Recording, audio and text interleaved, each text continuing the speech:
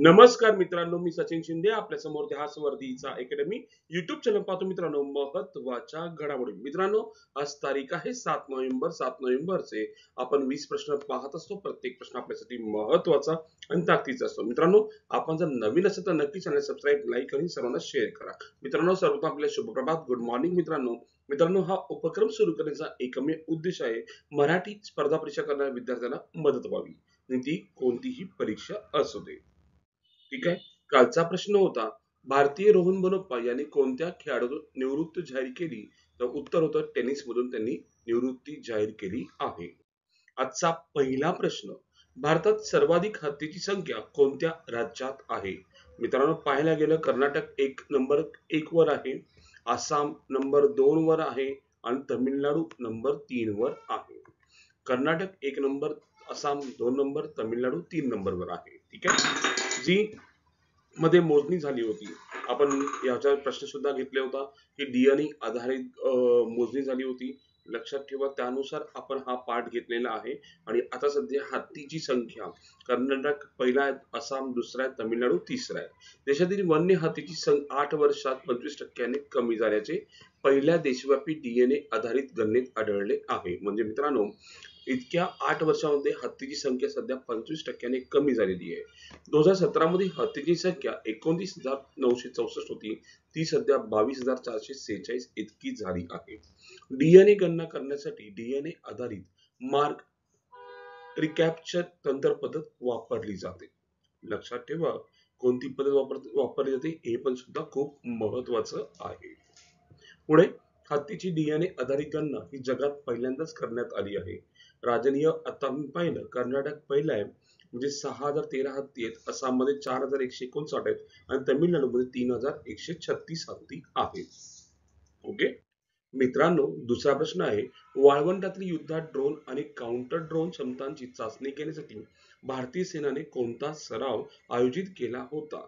तर उत्तर होतं वायू समन्वय 2. हा सराव आयोजित केला होता. वाळवंटातील युद्धात ड्रोन आणि काउंटर ड्रोन क्षमतांची चाचणी. ठीक आहे, आपण डिटेल पाहूया आणखी काही. है ना. स्लिनेक्स भारत श्रीलंका भारत नौसैनिक अभ्यास आहे.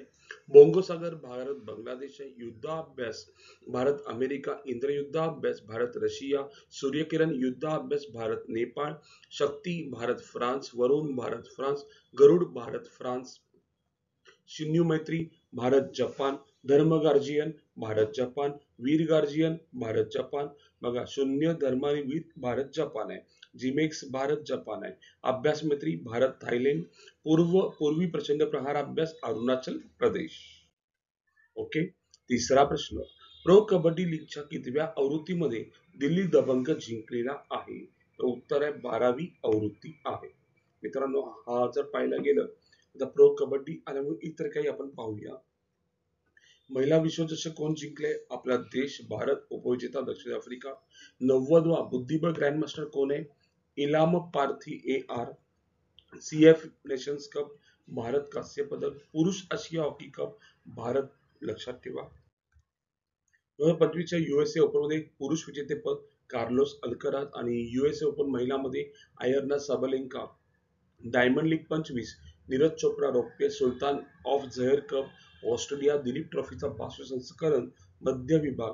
वर्ल्ड चॅम्पियन ऑफ लिजेंड्स 25 विजेतेपद दक्षिण आफ्रिका. आशियाई नेमबाजी 25 कझाकिस्तान. मनु भाकर कांस्य पदक. सॅप 17 वर्षाखाली अजिंक्यपद भारत. फिडे विश्वकप गोवा. आणि कोणत्या देशाने अलीकडे कॉन्कॅफ गोल्ड कप जिंकला? मेक्सिको. फाईट महिला बुद्धिबळ विश्वचषक जिंकणारी पहिली भारतीय महिला Divya Deshmukh. Commonwealth weightlifting championship सुवर्णपदक मीरा चानू. नुकत्याच जाहीर झालेल्या फिफा क्रमांक भारताचे स्थान 133.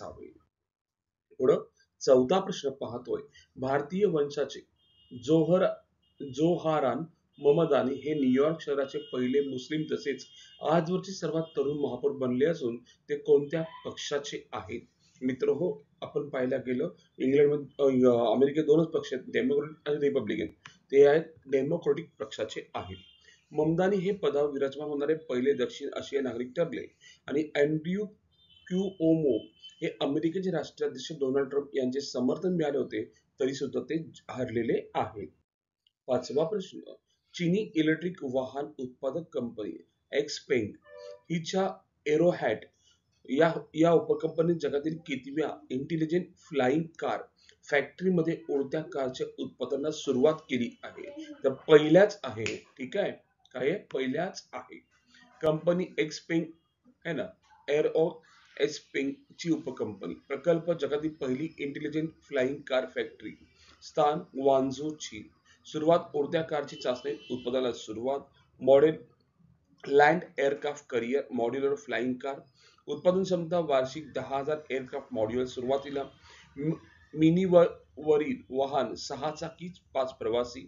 उडान घटक ई वोटल डिटॅचेबल डिटॅचेबल 2 प्रवासी ऑटोमॅटिक मॅन्युअल मोड. वितरण लक्ष 2026 मोठ्या प्रमाणात वितरण. ठीक आहे, ओके, मास डिलिव्हरी करणार आहे. 6वा प्रश्न, बुकर पुरस्कारासाठी निवडलेले the loneliness of Sonia and Sunny हे पुस्तक कोणी लिहिले आहे? तर मित्र हो, किरण देसाई यांनी लिहिले आहे. बुकर पुरस्कारासाठी निवडलेले हे पुस्तक आहे. ठीक आहे, काही पुस्तक आपण इतर पुस्तक बघूया. Why Bharat matters, S Jaishankar आहेत, लक्षात ठेवा. रेडी रिलेव्हंट अँड रिसेंजल to Anil Chavan. Heartland Banu Mushtaq. Tomb of sand Geetanjali Shree. The golden years Ruskin Bond. The diary of the cricketer wife Pooja Pujara. The ब्रह्मस्थ अनशील D Shivanand. Woman life freedom Marjane Satrapi. यादे यादे और यादे Pushpa Bharti. A different count of power Jacinda Ardern, है ना. A mercenary D Subbarao. 4 star of destiny M Naravane.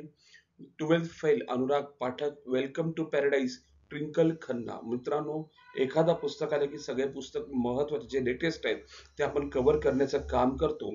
आणि मित्रांनो, आपण सर्वांनी पुस्तक जे काही असतील ते आपण लिहून घेणं सुद्धा खूप इम्पॉर्टंट आहे, जेणेकरून कसाही प्रश्न कुठेही फिरला तर त्याची आपल्याला मदत झाली पाहिजे. ओके.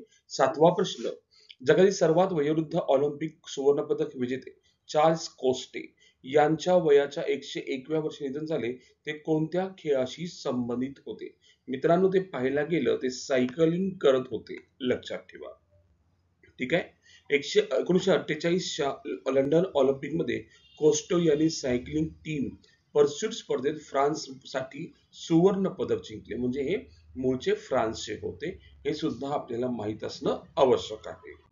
8वा प्रश्न, WGP कायदा नियम निर्देशांक 25 मध्ये भारताचा कितवा क्रमांक लागतो?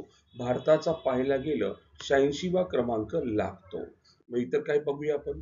जागतिक उपासमार मध्ये भारत 102. हॅनले पासपोर्ट मध्ये भारत 85.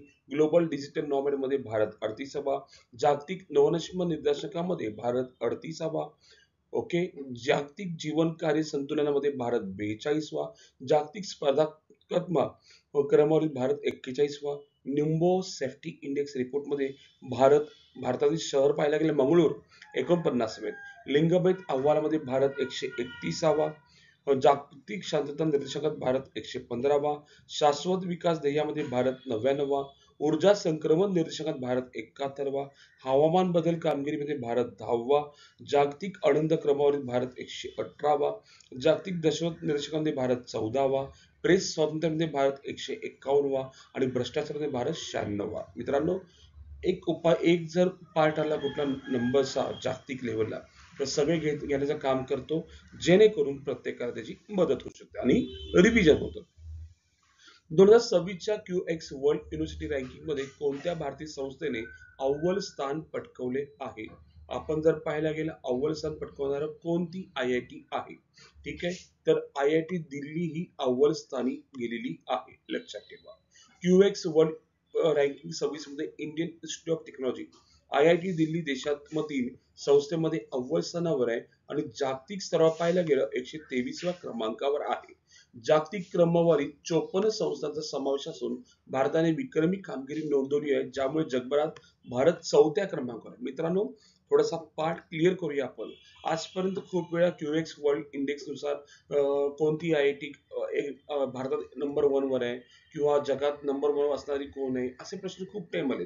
आपण लिहू पण शकतो की बाबा भारतात दिल्ली IIT दिल्ली पहिली आहे आणि जागतिक स्तरावरती 123व्या क्रमांकावर. पण असा प्रश्न येऊ शकतो की जगात सर्वाधिक संस्था असणारा असणारा भारत कितवा देश आहे? तर बघा, समावेश झाल्या क्यूएस वर्ल्ड इंडेक्स मध्ये टोटल भारतातल्या 54 संस्था इनबिल्ट झाले, लक्षात ठेवा. आणि भारत जगात कितव्या क्रमांकावर आहे? 4थ्या क्रमांकावर आहे. थोडस क्लिअर करा, जेणेकरून एखादा प्रश्न आला तर तो आपण कव्हर करू शकतो. ठीक आहे.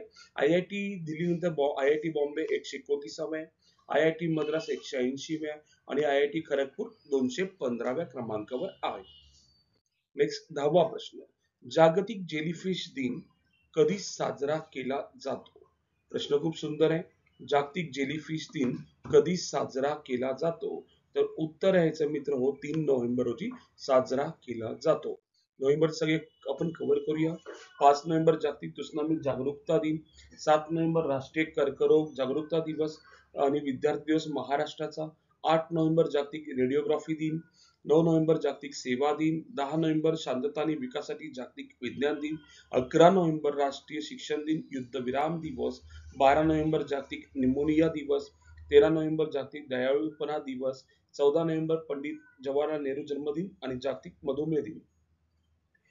14 नोव्हेंबर झालं. 15 नोव्हेंबर बिरसा मुंडा जयंती, गुरुनानक जयंती. 16 नोव्हेंबर आंतरराष्ट्रीय सहिष्णुता दिन, 17 नोव्हेंबर आंतरराष्ट्रीय विद्यार्थी दिन, 19 नोव्हेंबर जागतिक शौचालय दिन, आंतरराष्ट्रीय पुरुष दिन, 20 नोव्हेंबर सार्वत्रिक बाल दिन, 21 नोव्हेंबर जागतिक दूरदर्शन दिन, 25 नोव्हेंबर महिलावरील हिंसाचार निर्मूलनासाठी आंतरराष्ट्रीय दिवस, 26 नोव्हेंबर भारताचा संविधान दिन, राष्ट्रीय वृद्ध दिन, 28 नोव्हेंबर महात्मा फुले पुण्यतिथी. मित्रांनो, आपण 11वा प्रश्न म्हणतो. नो युअर व्हेकल KYV योजना कोणत्या संस्थेने लागू केली आहे? तर राष्ट्रीय महामार्ग प्राधिकरण NHAI ने केलेली आहे. ठीक आहे. 12वा प्रश्न. मुंबईतील माझगाव डॉक येथे खोल समुद्रातील मासेमारी जहाजाचे उद्घाटन कोणी केले? तर अमित शहा यांनी केलेलं आहे, लक्षात ठेवा. 13वा प्रश्न. मध्य प्रदेशातील कोणत्या अभयारण्यात चित्त्यांसाठी तिसरे घर बांधले जाईल आणि अशी घोषणा करण्यात आली जिथे नांबियातून अनेक चित्ते सोडले जातील? तर लक्षात असू दे आपल्याला, ते सुद्धा माहित पाहिजे. नौरादेही अभयारण्यामध्ये चित्ते सोडले जातील. 14वा. 2025 मध्ये गुरु नानक जयंतीची यांची कितवी जयंती साजरी होत आहे? तर 556वी जयंती साजरी होत आहे. 15वा प्रश्न. आरोग्य मंत्रालयाने कोणत्या अभियानाअंतर्गत 3 गिनीज वर्ल्ड रेकॉर्ड मिळवले आहे? ठीक आहे, माहित पाहिजे आपल्याला मित्रांनो. तर स्वस्थ नारी सशक्त परिवार अभियान, या अभियानांतर्गत 3 गिनीज रेकॉर्ड आपल्याला मिळवलेले आहेत. 16वा प्रश्न. आंतरराष्ट्रीय आर्य महासंमेलन 2025 कुठे झाले? तर दिल्ली मध्ये झालेलं आहे. 17वा प्रश्न. संगणकीय आणि कम्युनिकेशन नेटवर्क परिषदेत सर्वोत्तम पेपर पुरस्कार कोणाला मिळाला आहे? तर बालाजी कृष्णन यांना मिळालेला आहे. 18वा प्रश्न. जगात सर्वोत्तम सहकारी संस्थेमध्ये कोणत्या संस्थेने प्रथम क्रमांक पटकावला? तर अमूलने पटकावलेला आहे. 19वा प्रश्न. 34वा. गदरी बोंबेया दा मेळा कुठे झाला आहे? तर उत्तर आहे पंजाब मध्ये झालेला आहे. 20वा प्रश्न. युनमू 5 नावाच्या राक्षसी क्षेपणास्त्राचे अनावरण कोणत्या देशाने केलेले आहे? तर दक्षिण कोरियाने केलेले आहे. आणि आजचा प्रश्न. स्टारलिंक इंटरनेटसाठी करार करणारे पहिले राज्य कोणते? ऑप्शन आहे गुजरात, हिमाचल प्रदेश, महाराष्ट्र, आसाम पाहिजे तिथे. तर तुम्हाला उत्तर द्यायचं आहे. उत्तर काय असणार आहे? ठीक आहे मित्रांनो, हा उपक्रम सुरू करण्याचा एकमेव उद्देश आहे की स्पर्धा परीक्षा करणाऱ्या प्रत्येक विद्यार्थ्याला मदत व्हावी. आणि मित्रांनो, पोलीस भरती सुद्धा आहे, त्याला सुद्धा करंट अफेअर 3 ते 4 मार्क येतात. प्रत्येक परिपूर्ण त्याला मिळावं या उद्देशाने मी हे संपूर्ण उपक्रम सुरू केला आहे. ठीक आहे मित्रांनो, आज आपण इथेच थांबू. उद्या याच टाइम रोजी याच वेळी भेटू मित्रांनो. धन्यवाद. थँक्यू.